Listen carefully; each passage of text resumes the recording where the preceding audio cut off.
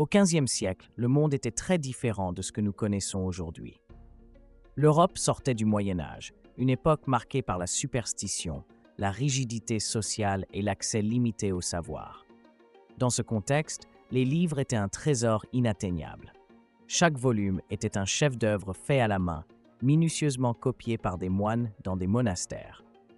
La fabrication d'un seul manuscrit pouvait prendre des années, et son prix était si élevé que seules les églises, les nobles et les universités les plus riches pouvaient se le permettre. Le savoir était littéralement enfermé. Mais dans une petite ville allemande appelée Mayence, un homme avait une vision qui allait tout changer. Johannes Gutenberg, fils d'un marchand de la classe moyenne, est né vers l'an 1400. Il a grandi dans un foyer où l'artisanat et la précision étaient très valorisés, ce qui lui a permis d'apprendre très tôt à travailler les métaux et à graver avec minutie. Mais Gutenberg n'était pas seulement un artisan. Il avait un esprit curieux et un désir de transformer le monde.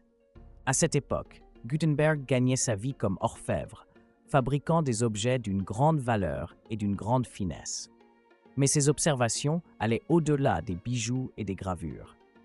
Il remarqua comment les marchands utilisaient des seaux pour marquer leurs marchandises et comment les vignerons locaux utilisaient des presses pour extraire le jus des raisins. Ces idées apparemment déconnectées commencèrent à se fusionner dans son esprit. Et si les mots pouvaient être reproduits aussi facilement qu'un tonneau de vin scellé? Cette pensée fut la graine de l'imprimerie. Cependant, Gutenberg n'était pas le seul à avoir des idées révolutionnaires. En Chine et en Corée, des techniques rudimentaires d'impression utilisant des blocs de bois gravés avaient déjà été développées. Cependant, ces techniques étaient limitées et ne s'étaient pas répandues en Europe. Gutenberg était déterminé à les surpasser en créant un système plus efficace et adaptable. Le premier défi auquel il fut confronté était celui des lettres. Si chaque page devait être gravée en une seule pièce, la tâche resterait lente et coûteuse. Puis, il eut une épiphanie.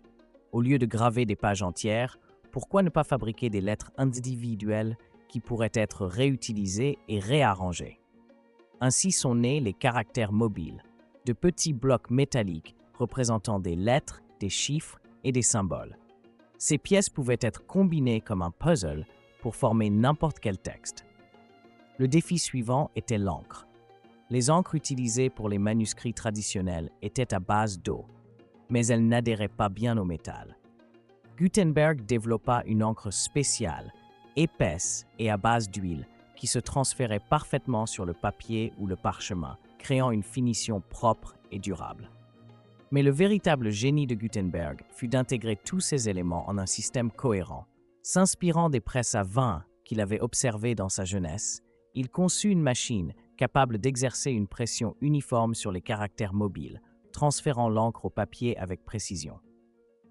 Ce système n'était pas seulement fonctionnel, mais pouvait être reproduit et perfectionné par d'autres. Pour financer son projet, Gutenberg avait besoin de beaucoup d'argent. En 1448, il trouva un partenaire en Johann Fust, un prêteur qui lui fournit les ressources nécessaires en échange d'une part des bénéfices.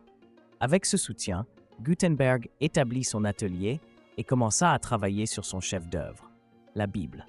Mais ce n'était pas une Bible ordinaire. Gutenberg voulait créer un livre qui rivaliserait avec la beauté et la perfection des manuscrits enluminés que les moines avaient produits pendant des siècles. Le processus fut titanesque.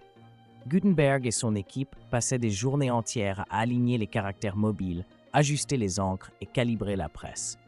Chaque page était un défi, chaque impression une victoire. Après des années de travail, en 1455, la Bible de Gutenberg vit le jour, un livre de 42 lignes par page qui, à bien des égards, était indiscernable d'un manuscrit traditionnel. Mais il y avait une différence cruciale. Gutenberg pouvait produire des dizaines de copies dans le temps qu'un moine mettait à en réaliser une seule. Bien que la Bible fût un succès technique et artistique, la relation entre Gutenberg et Fust se détériora rapidement. Fust, désireux de récupérer son investissement, le poursuivit en justice, affirmant que Gutenberg avait gaspillé l'argent. Dans un coup dévastateur, Gutenberg perdit le contrôle de son atelier et de ses inventions. Fust, avec un apprenti nommé Peter Schoeffer, continua à produire des livres en utilisant la technologie de Gutenberg, tandis que l'inventeur original resta pratiquement ruiné. Cependant, l'imprimerie avait déjà pris racine. En quelques décennies, des ateliers d'impression se répandirent dans toute l'Europe. Des livres de toutes sortes furent imprimés, bibles, traités scientifiques, cartes, romans et pamphlets politiques. L'imprimerie démocratisa le savoir, réduisant le coût des livres et permettant aux idées de se diffuser comme jamais auparavant. Ce fut un outil clé dans des événements aussi monumentaux que la Réforme protestante, la Renaissance et la Révolution scientifique. Johann Gutenberg mourut en 1468, oublié par beaucoup de ses contemporains. Mais son héritage perdure. Moins d'un siècle après sa mort, des millions de livres circulaient en Europe, transformant la façon dont les humains partageaient des idées et apprenaient sur le monde. Aujourd'hui, son invention est considérée comme l'une des plus grandes réalisations de l'histoire, comparable à la découverte du feu ou à l'invention de la roue. Gutenberg n'a pas seulement créé une machine, il a donné au monde un outil pour penser, rêver et progresser. Son imprimerie n'était pas seulement une avancée technique, mais une déclaration que le savoir devait être accessible à tous, une vision qui guide encore notre monde.